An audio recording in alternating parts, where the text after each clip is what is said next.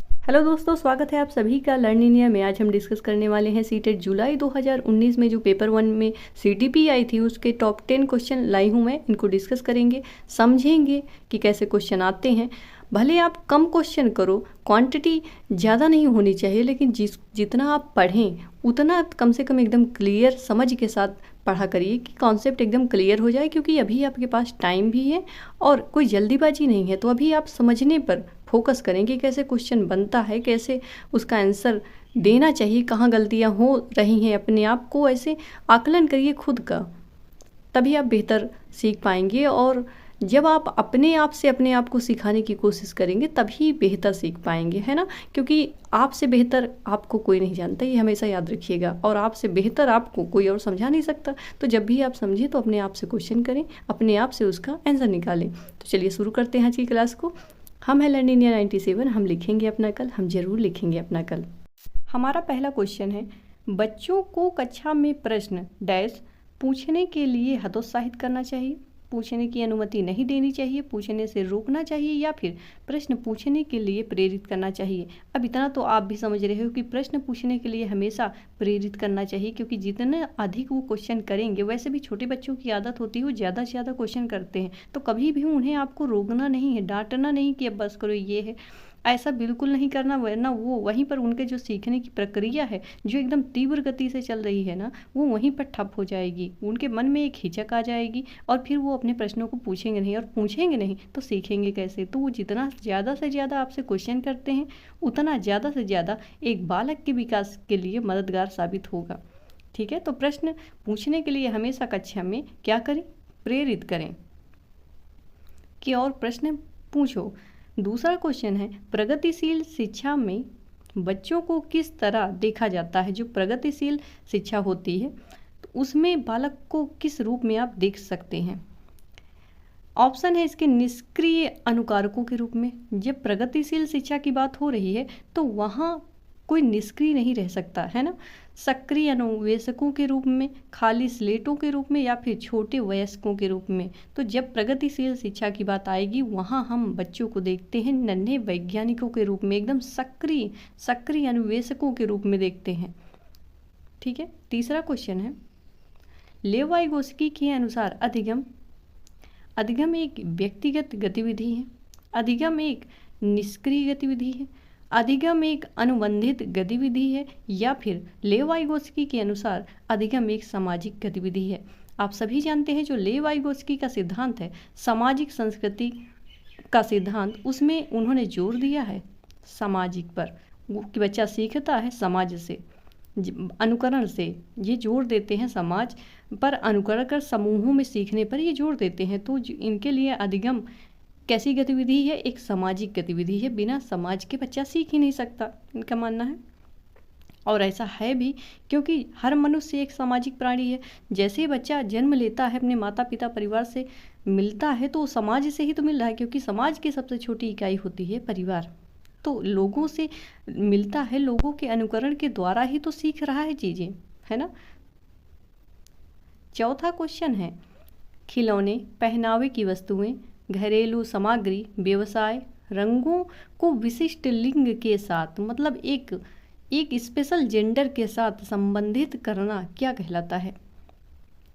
Gender रूढ़िवादिता है, gender सिद्धांत है, जेंडर प्रासंगिकता है, या फिर विकसित जेंडर की पहचान है। तो ये कौन सी विकसित जेंडर की पहचान है कि आप अगर कोई लड़का है, मान लीजिए आपके घर में 2 बच्चे हैं, आप पैंट शर्ट लेकर आए हो, लड़की कह रही है कि मुझे ये पसंद है, नहीं तो आप कह रहे हो नहीं तुम्हारे लिए तो फ्रॉक ही आएगी, ये भैया के लिए, तुम्हारे लिए तो फ्रॉक। अब वो जिद कर रही है कि मुझे ये पहनना, लेकिन आप कह रहे हो, क्योंकि वो पहनावे की वस्तु है, आप कह रहे हैं नहीं नहीं नहीं, ये तुम ये पहन ही नहीं सकती। तो ये रूढ़िवादिता है ना भाई, वो पहनना चाहती है। वैसे भारतीय संस्कृति में ये रिवाज है कि दोनों के कपड़े अलग अलग हो जाते हैं, लेकिन अगर कोई ऐसे नहीं कह सकता कि नहीं तुम्हें ये पहनना ही पड़ेगा, क्योंकि संविधान में भी लिखा है कि सबको अपनी मर्जी के कपड़े पहनने के जो भी स्वतंत्रता का अधिकार है, आप सब जानते हैं, सांस लेने का, जीने का अधिकार है ना।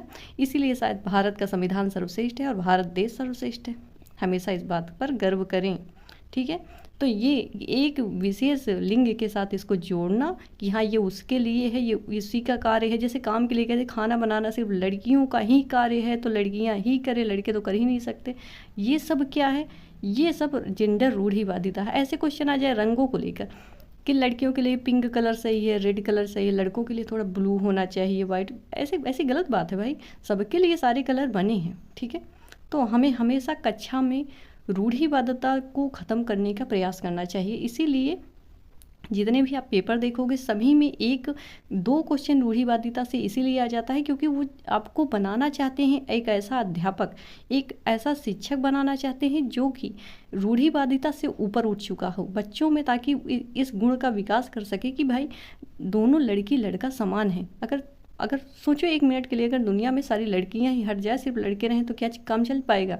या फिर यही मान लो कि सिर्फ लड़कियां रहें तो क्या काम चल पाएगा? नहीं चल पाएगा। दोनों समान हैं, दोनों का होना अनिवार्य है ना। तो और दोनों के लिए सारे काम सामान्य रूप से हैं, कोई भी कर सकता है, ठीक है। तो हमें रूढ़िवादिता से हमेशा हटके सोचना चाहिए। 5वां क्वेश्चन है यह विचारधारा कि बच्चों को एक नियमित स्कूल व्यवस्था में समान शिक्षा प्राप्त करने का अधिकार हो, ये किसकी विचारधारा है? मुख्य धारा शिक्षा की विचारधारा है, विशेष शिक्षा की विचारधारा है, बहुल्य सांस्कृतिक शिक्षा की विशेषधारा है, या फिर समावेशी शिक्षा की विचारधारा है? तो ये समावेशी शिक्षा की विचारधारा है कि नियमित स्कूल व्यवस्था में समान शिक्षा प्राप्त करने का अधिकार सभी बच्चों को समान रूप से होना चाहिए, ये समावेशी शिक्षा कहती है। 6वां क्वेश्चन है बच्चे प्रभावी रूप से सीखते हैं जब? बच्चे कब प्रभावी रूप से सीखते हैं? 1 सेकंड। हाँ, जब वे पाठ्य पुस्तक में दिए गए तथ्यों को याद करते हैं। याद वाला जब भी आ जाए तो आप समझ लीजिएगा कि ये आंसर तो गलत हो गया, क्योंकि यहाँ पर याद है, रटना नहीं, रटाना सिखाना नहीं है, याद उद करना नहीं, हमें समझ बैठानी है बालक के दिमाग में, वो समझे बात को। हम ज़्यादातर क्या होता है कि सारी चीज़ें अभी जो हम पढ़ रहे हैं ये कड़वा सत्य है, लेकिन हम इसको ज़्यादातर याद करने की कोशिश करते हैं पहली बार में। याद मत करिए, अभी समझने का प्रयास करें, क्योंकि ये ऐसे ज्ञान भरा पड़ा है दुनिया में, है ना। ये सब क्या आप रटने के लिए है? नहीं, उनमें से अच्छी चीज़ें जो बेस्ट से बेस्ट बातें हैं, है ना, उनको आप समझिए, इसके लिए है। तो ये तो कट गया।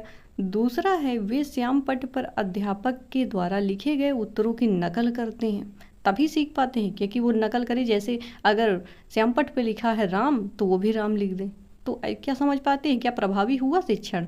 नहीं प्रभावी हुआ। वे विभिन्न गतिविधियों और कार्यों में सक्रिय रूप से भाग लेते हैं। जब बात आती है सक्रिय रूप से भाग लेने की, तभी वही आंसर सबसे सही होता है, क्योंकि बच्चा क्या रहे, क्लास में सक्रिय रूप से बैठा रहे। कुछ बच्चे ऐसे नहीं होते कि बस बैठे हैं तो बैठे हैं, उनसे कोई मतलब ही नहीं, आए गए। और वो एक लाइन नहीं है कि जिंदा हो तो जिंदा होने का सबूत देते रहो, ऐसा है ना, सक्रिय रहना है। लास्ट ऑप्शन भी पढ़ लेते हैं। शिक्षक कक्षा में होने वाली सभी घटनाओं और बच्चों को पूर्ण रूप से नियंत्रित करता हो। ऐसा तो हो ही नहीं सकता प्रभावी शिक्षण में। अगर एक शिक्षक है, उसने जितनी भी कक्षा में जो भी दिनचर्या में हो रहा है, जितनी भी घटनाएं हो रही हैं, उसने सब नियंत्रित कर रखा है कि हाँ बच्चा इतनी समय खड़ा होगा, ये करेगा, उसने बांध के रखा हुआ है बच्चों को। तो क्या प्रभावी शिक्षण संभव है? बिल्कुल संभव नहीं, क्योंकि बच्चा जब बंध जाता है ना, तो शिक्षण कितना भी अच्छा पढ़ा रहा हो शिक्षक, वो उनको समझ में नहीं आएगा, क्योंकि वो अपने आप को बंधा हुआ महसूस कर रहे हैं। तो हमें उन्हें बांधना नहीं है, उन्हें सक्रिय रूप से भाग लेना सिखाना है। अपने से सीखें, अपने से कुछ खोज करें, अपने खुद से पढ़ने का प्रयास करें, समझने का प्रयास करें, ऐसा हमें उन्हें बनाना पड़ेगा, है ना। 7वां है बच्चों की गलतियाँ। जो बच्चों की गलतियाँ होती हैं, छोटे बच्चे हैं, गलतियाँ होती हैं, उनका क्या करना चाहिए? पढ़ लेते हैं ऑप्शन। बार बार अभ्यास करने के लिए कहकर तुरंत सुधार देनी चाहिए।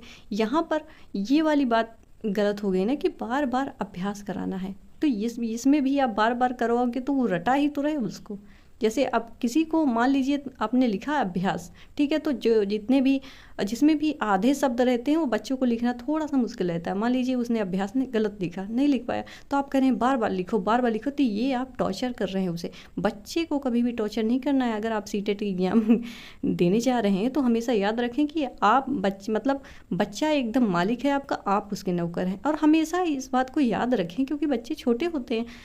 जब भी आप स्कूल में जाएं, जब भी आप पेपर सॉल्व करें, तो ये देखें कि मैं पेरेंट्स हूँ उनका, तो ये अब वो बच्चा मेरा ही है, ऐसे सोच के आंसर लगाइए तो आप हमेशा सही आंसर तक पहुँच जाएंगे, है ना। तो इसमें क्या कहा गया है, बार बार अभ्यास कराने। तो अब आप मान लीजिए कि आप भी अभिभावक हैं उसके, तो क्या कहेंगे कि बार बार क्यों, इतनी मेहनत क्यों कराया जा रहा है, आप अच्छे से समझाइए, है ना। दूसरा है, अधिगम एक भाग है तथा उसके विचारों में अंतर्दृष्टि देती है। जो बच्चों की गलतियां होती हैं वो अधिगम का एक भाग है, मतलब सीखने और सिखाने का एक भाग होती हैं गलतियां, उससे उनके विचारों में एक अंतर्दृष्टि आती है। ये बात परम सत्य है।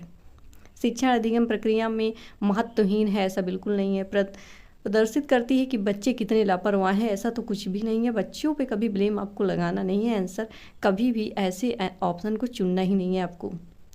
8वां है, निम्नलिखित में से कौन सी एक मुख्य प्रक्रिया नहीं है, यहाँ पर ध्यान दीजिएगा, पूछा है नहीं है, जिसके द्वारा सार्थक अधिगम घटित होता है। मतलब बाकी 3 ऑप्शन के द्वारा सार्थक अधिगम घटित हो सकता है, पर एक ऑप्शन निगेटिव है।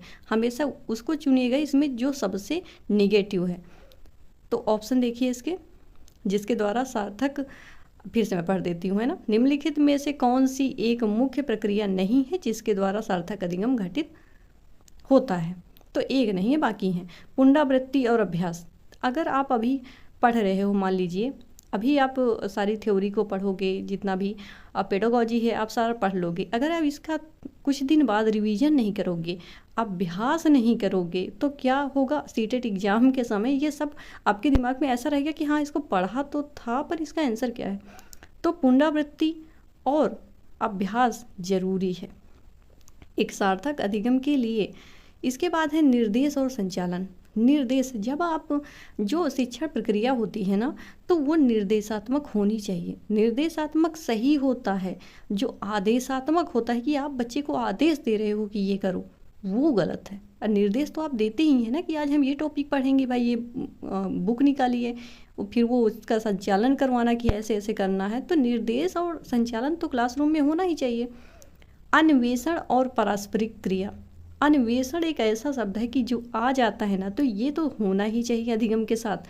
अन्वेषण और पारस्परिक क्रिया होनी चाहिए दोनों तरफ से, शिक्षक की तरफ से भी और छात्रों की तरफ से भी। अब लास्ट ऑप्शन है कंठस्थीकरण और स्मरण। बस यही गलत ऑप्शन है। उन्हें कंठस्थ करवाना ही नहीं है आपको, याद करने पर कोई जोर नहीं देना है आपको, समझने पर फोकस करिए, ठीक है। 9वां है, निम्नलिखित में से कौन प्राथमिक समाजीकरण का माध्यम है। अभी थोड़ी देर पहले इसी वीडियो में मैंने आपको बताया कि जो सबसे समाज की छोटी इकाई होती है, समाजीकरण की सबसे छोटी इकाई है, वो क्या है, परिवार है। तो सबसे पहले जो प्राथमिक होगा ना, वो क्या होगा, परिवार होगा। तो इन सभी ऑप्शन में कहाँ है परिवार, ये रहा परिवार। तो प्राथमिक समाजीकरण का माध्यम क्या है, परिवार है। 10वां और लास्ट क्वेश्चन है आज का, वह अवधि जो वयस्कता के संक्रमण की पहल करती है उसे क्या कहते हैं। मतलब ये आपसे पूछना चाहता है कि जब बालक वयस्क का अवस्था होती है, जो उसमें पहुंचता है, उसकी शुरुआत होती है, तो उस एज को क्या कहते हैं।